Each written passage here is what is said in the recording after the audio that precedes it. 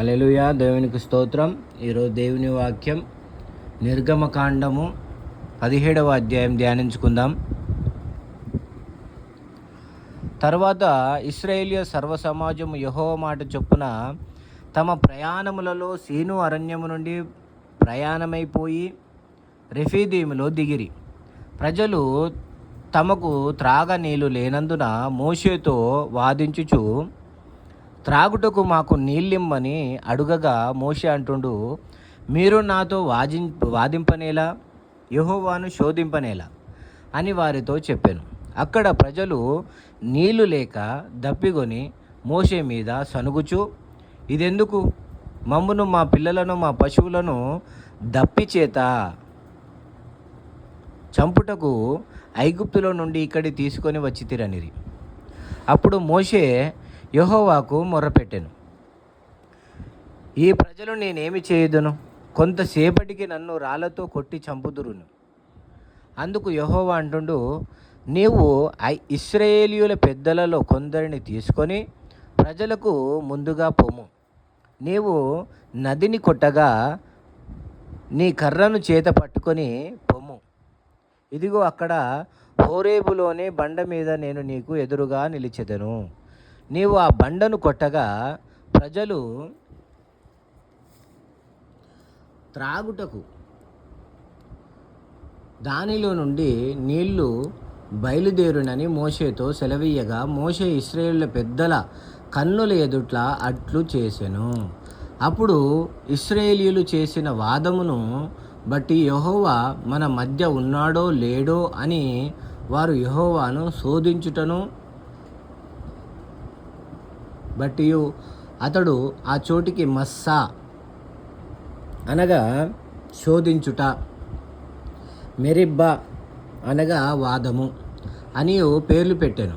తరువాత అమాలేకీయులు వచ్చి రెఫీదీములో ఇశ్రాయేలుతో యుద్ధము చేయగా మోషే యెహోషువతో అంటుండు, మన కొరకు మనుష్యులను ఏర్పరిచి వారిని తీసుకొని బయలువెళ్ళి అమాలేకీయులతో యుద్ధము చేయుము.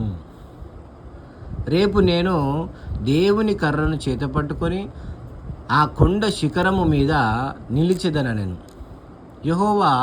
యెహోషువ మోషే తనతో చెప్పినట్టు చేసి అమాలేకీయులతో యుద్ధమాడెను. మోషే, అహరోను, హూరు అనువారు ఆ కొండ శిఖరము ఎక్కిరి. మోషే తన చెయ్యి పైకెత్తినప్పుడు ఇశ్రాయేలు గెలిచిరి. మోషే తన చెయ్యి దింపినప్పుడు అమాలేకీయులు గెలిచిరి. మోషే చేతులు బరువెక్కగా వారు ఒక రాయి తీసుకొని వచ్చి అతడు దాని మీద కూర్చుండటకై దాని వేసిరి.